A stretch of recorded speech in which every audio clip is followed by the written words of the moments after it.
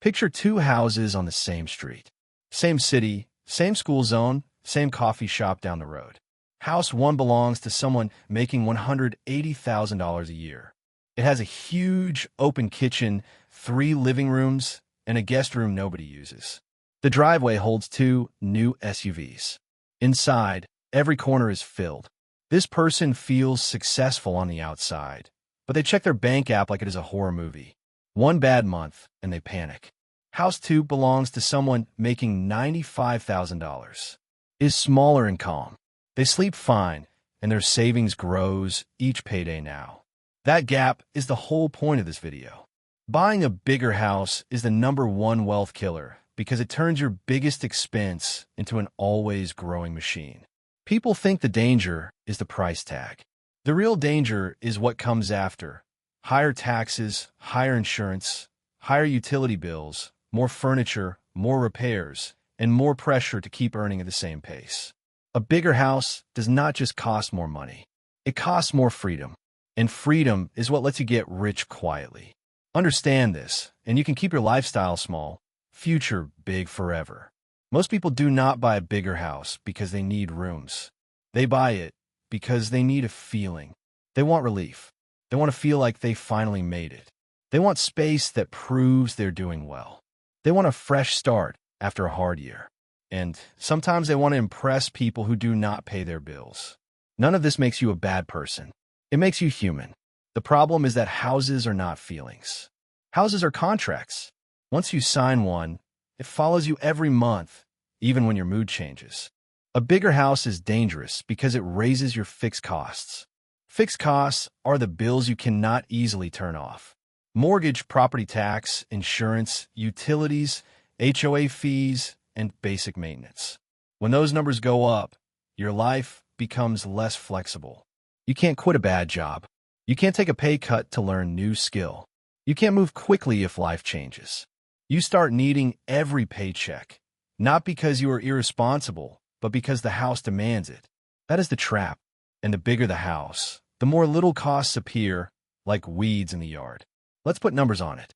Say you upgrade to a house that is $150,000 more expensive.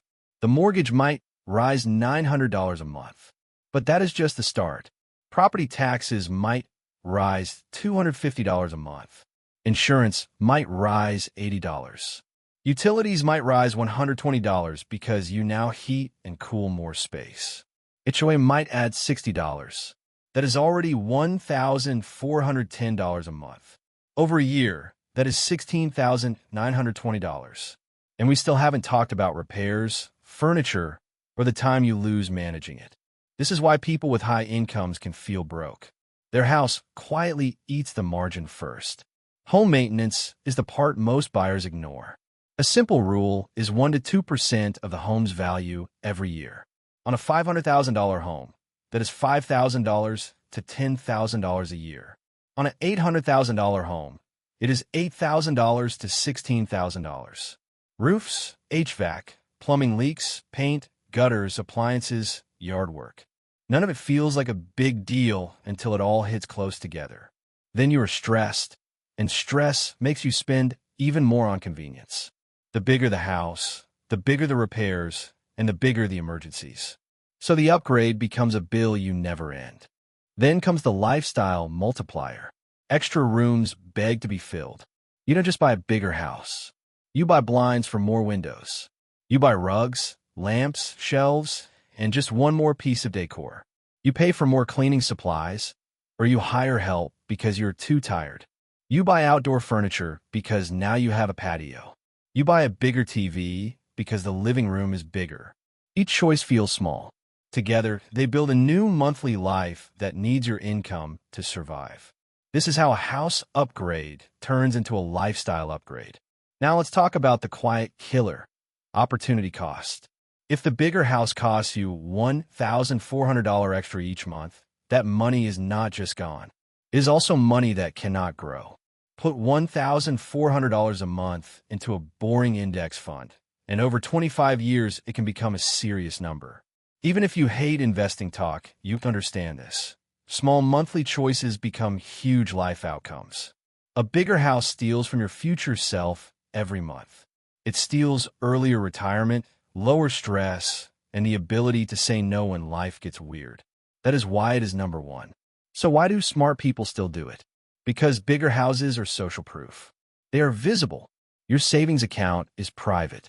Your investments are boring. But a bigger house is something people can see, and humans love signals. You tell yourself you are buying space for the family, but sometimes you are buying safety, status, and a story about who you are. Again, that is human. The danger is when your story becomes your mortgage. When you lock your identity into a payment, you start living for the bill.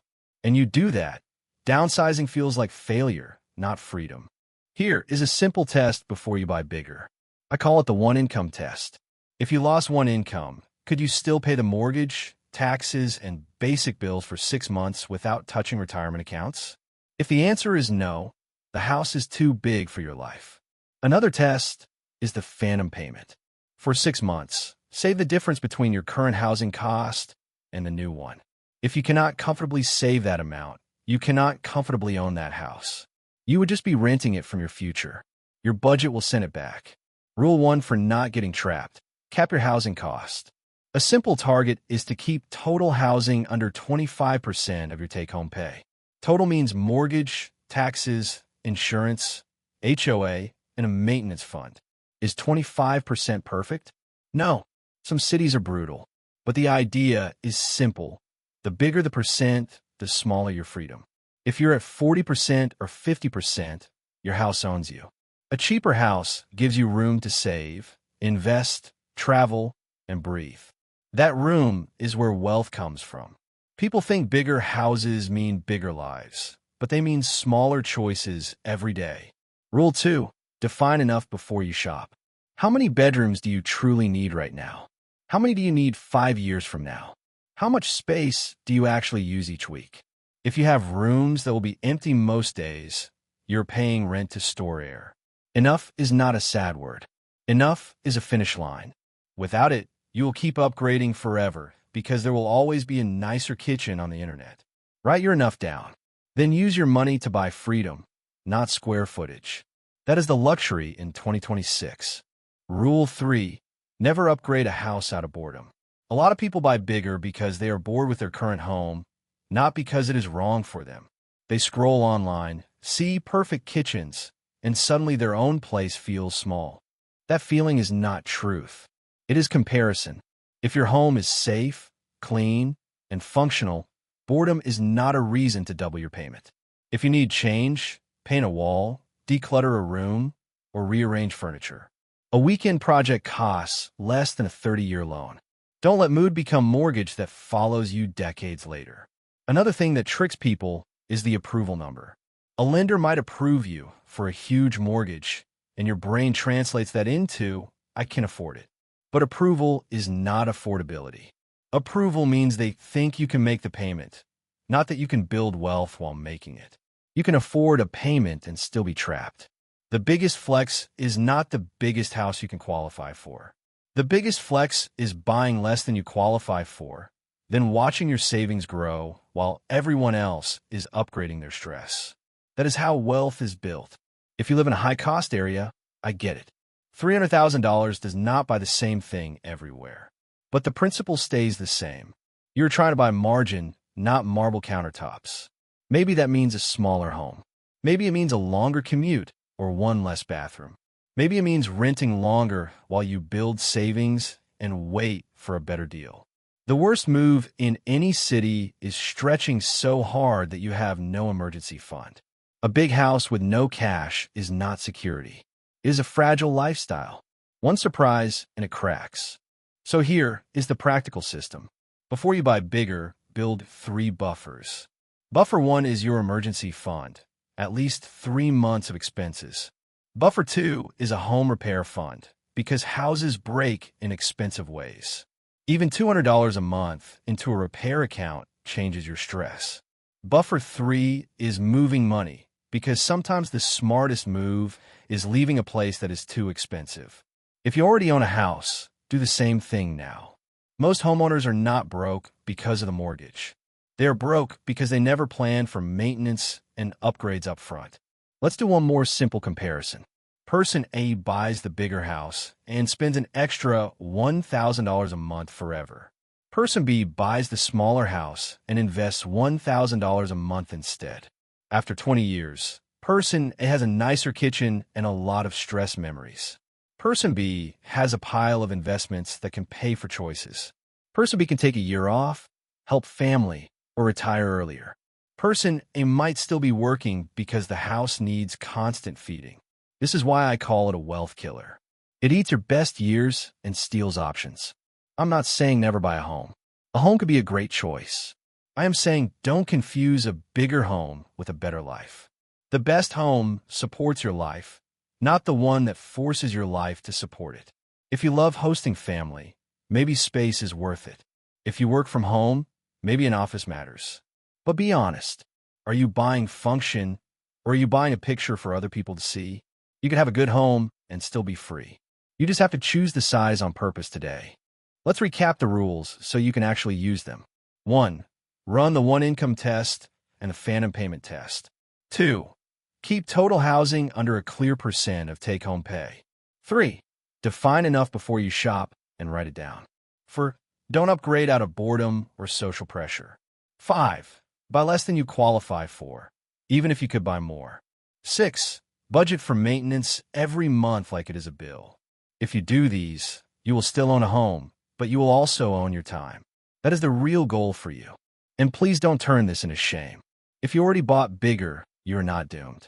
You just need a plan. Start by tracking every housing-related cost for 3 months. Mortgage, taxes, utilities, repairs, furniture, lawn, everything. Seeing the full number is powerful. Then decide what you want more space, or more margin. You can choose either, but you can't pretend they cost the same. Some people truly value a bigger home, and that is fine. The danger is buying it by accident and paying for it with your peace. You deserve comfort and choices and sleep too. If you want a simple next step, do a 7-day housing audit. Day 1. List your current monthly housing cost, including taxes and insurance. Day 2. Estimate your monthly utilities. Day 3. Set up a maintenance sinking fund, even if it is $50. Day 4. Cancel one housing-related subscription or service you don't need. Day 5. Declutter one room so your current space feels bigger. Day 6. Run the phantom payment test and save the difference. Day 7. Write down your definition of enough. Do this once, and you will see your house clearly, not emotionally again later. Real wealth is not square footage. Real wealth is choices. It is the ability to handle a layoff without fear. It is the ability to say no to toxic work. It is the ability to move, rest, or help someone you love. A bigger house can block those options for decades, even while it looks amazing on social media. So when you feel the urge to upgrade, pause and ask one question: what am I trading for this? If the answer is freedom, be careful. You can buy a bigger home later. You cannot buy back time and calm easily. If you take nothing else from this, remember, the house that fits your life is richer than the house that impresses strangers. Keep fixed costs low and options high. That is the game. Drop a comment with 2 numbers: your monthly housing cost and the number you wish it was. No shame, just clarity. Clarity is where change starts. If you're house shopping, send this to a friend who is tempted to stretch. It is easier to be smart together. Your future self will thank you for choosing margin over extra rooms. Space is nice, but freedom is nicer.